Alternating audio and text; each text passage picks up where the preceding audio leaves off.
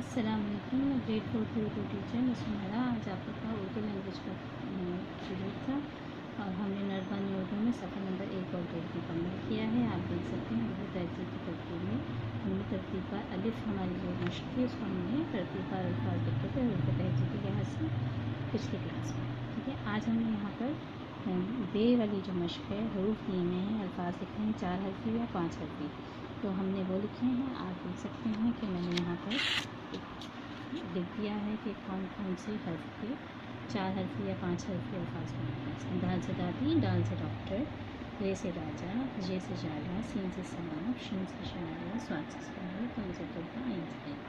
ठीक है, ये अल्फाज आप कहाँ लिखेंगे? इन कॉलम्स में हर हर्फ के आगे। ठीक है, इसके बाद आप लोग सफ़ा नंबर 2 पर आते हैं। सफ़ा नंबर 2 पे आप देख सकते हैं अल्फाज से आगे हरूफ मिलाने से अल्फाज बनते हैं। अल्फाज बावानी होते हैं, हरूफ मिलाकर लफ्ज़ बनाते वक्त तमाम हरूफ पूरे नहीं लिखे जाते। बाज़ हरूफ के सिर्फ सिरे लिखे जाते हैं, मसलन जब, किताब, सुर्ख वगैरह। इनमें पहले हर्फ यानी जीम, काफ और सीन की सिर्फ सिरे लिखे गए। बाज़ हरूफ अपने बाद वाले हरूफ से नहीं मिलते।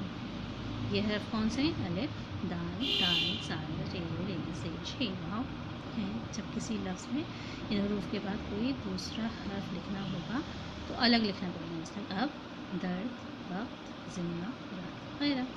अच्छा, अब नीचे ये दी हुई हैं ये सारे अल्फाज और उनके नीचे दी हुई है ब्लू कलर की लाइन।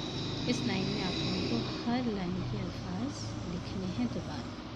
ठीक है, री राइट करना, दोबारा लिखना। ये आपका आज का सही है।